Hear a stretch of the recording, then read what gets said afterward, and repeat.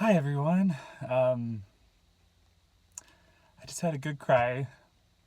Um, I feel so overdramatic right now, but I just finished watching the 2000 masterpiece Castaway, starring Tom Hanks.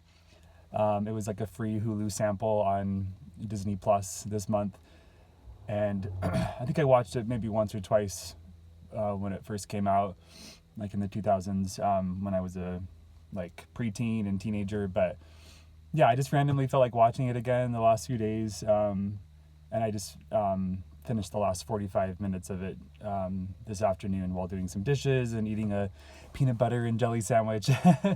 And I just sobbed. Like, I don't know what it is about that film, but I think maybe there's just some extra layers of meaning that I tapped into at my current age. I'm 34. And I don't know, once Wilson, the volleyball, started floating away from Tom Hanks' raft toward the end, that's when the tears started. And then Tom Hanks comes back to the mainland, or his character, Chuck Noland.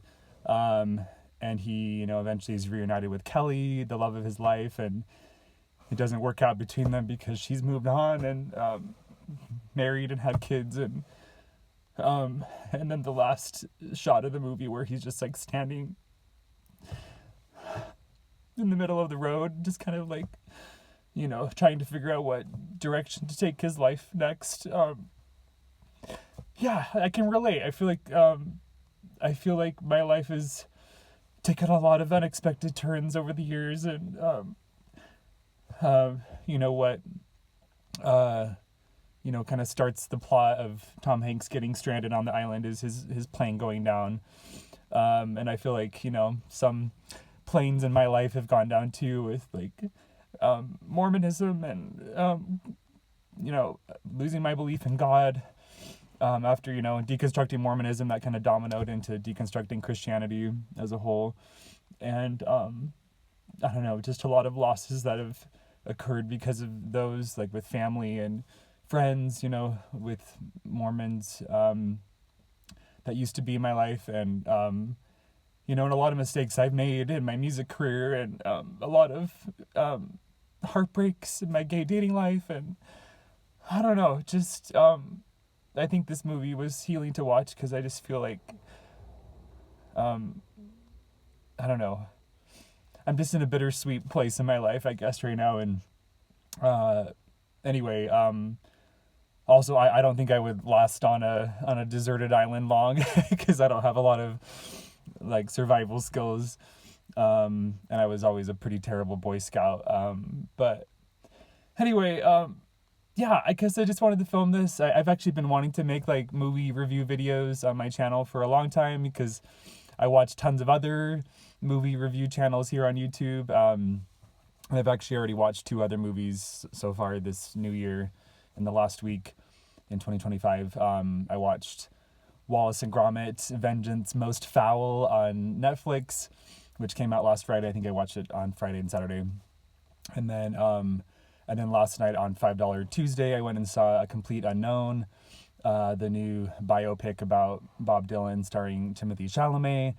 And I'm not a huge fan of like Bob Dylan's music per se, or just kind of folk music in general, but Timothée Chalamet is incredible, and I love him in so many other films like Call Me by Your Name, and Little Women, and Dune Part 2, and Wonka. I think he's even in like Don't Look Up and some other films. I want to watch Interstellar for the first time maybe in the next month or 2 as well, because it's on Netflix, and I know he's also in that. I've never seen that film before, but anyway, yeah, I just I'm really passionate about movies, and would love to just kind of pick up my camera and just start talking about them more. But anyway, tangent. But yeah, getting back to Castaway. I also love how the soundtrack is just kind of this one simple theme that comes back multiple times throughout the movie at really emotional parts.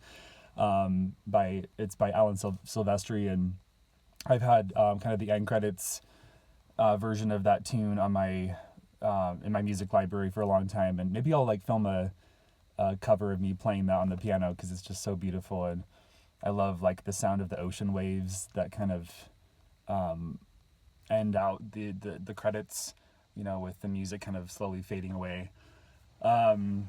Anyway, and also the director Robert Zemeckis. I've seen a lot of his other films, like also with Tom Hanks, like Forrest Gump, and the new movie Here, I think that came out about 2 months ago, which reunited Tom Hanks and Robin Wright, who played the main two characters in Forrest Gump.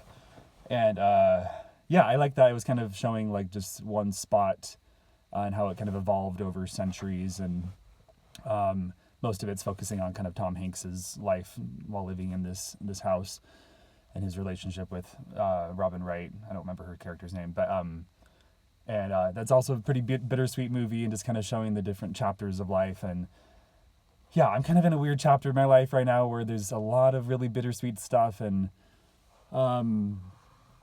yeah, I guess I feel like I'm kind of like Chuck Noland at the end of Castaway, just kind of at the intersection, where I really want to move out of Utah, hopefully by the end of 2026, after living here for the last 25 years. I'm just ready to kind of get away from this state that carries so much trauma for me. But also, there's a lot of joy here, and if I move away, I'm going to miss a lot of people and a lot of memories here. But it just feels kind of like an old shoe to be here in Utah. I'm ready for something different, but I'm also scared, because I think especially, like when the pandemic hit, I think a lot of people kind of shrunk their dreams. I definitely did with my life. I actually auditioned for a cruise ship like a week before the pandemic hit. I auditioned for Holland America, so I was, trying to go for my dreams at the beginning of 2020. I think I was supposed to go on 2 choir tours as well that year, to San Francisco and New York City, and those both also got canceled because those were at the end of March 2020. So I think part of me's never really recovered from that, and like just a lot of the domino effect that's happened since then, with a lot of other parts of my life kind of having drama, but like roommates and housing and money and music and family and deconstructing religion, and yeah, I think I've lost a lot of confidence in myself that I can do hard things, that I can make the jump out of Utah. But yeah, if Tom Hanks can survive 4 years on a stranded island, I know that's fictional, obviously, but maybe I should just take more chances, even if I fail, whether that's, moving out of Utah or in my music career or in my love life, or in therapy. I just had a therapy appointment 2 days ago, and it was a little rough. Even just the first week of 2025, I had some pretty traumatizing Uber rides.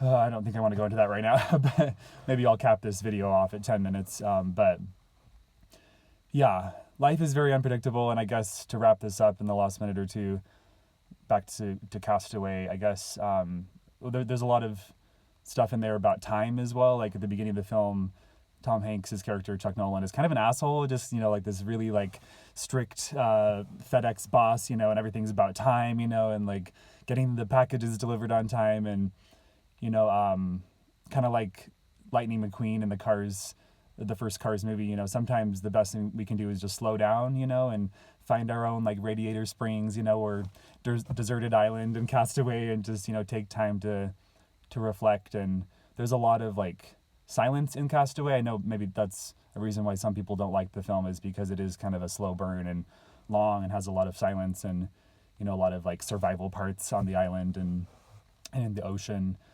But I think I just sometimes instead of slowing my life down and taking care of the mess I've already made, sometimes I just spin it faster and faster and keep adding new characters to my life, and more distractions, and maybe I just need to slow down and really just fully just heal me, and so I can show up more in the world in a healthier place.